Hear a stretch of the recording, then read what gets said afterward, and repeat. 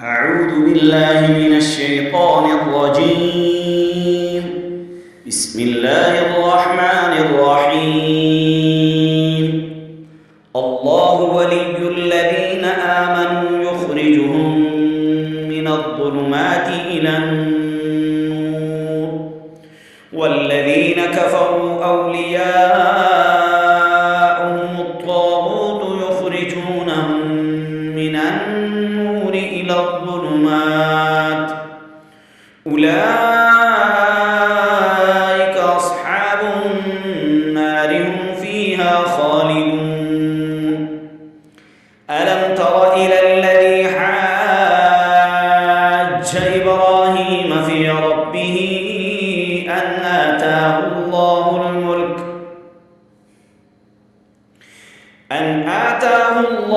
الملك إذ قال إبراهيم ربي الذي يحيي ويميت قال أنا أحيي وأميت.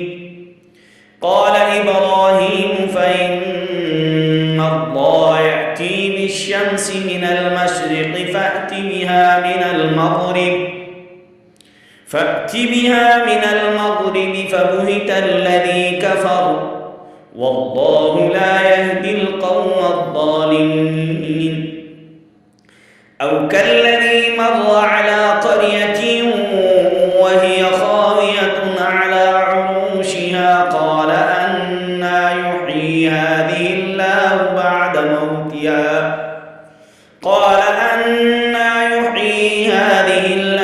بعد موتها فأماته الله 100 عام ثم بعثه قال كم لبثت؟ قال لبثت يوما أو بعض يوم.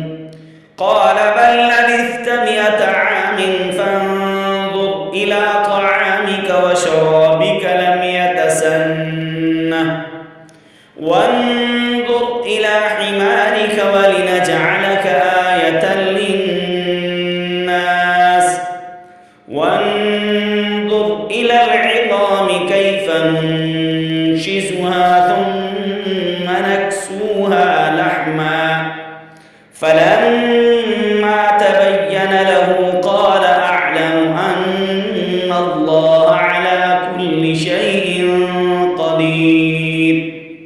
अल्हम्दुलिल्लाह सुम्मा अल्हम्दुलिल्लाह।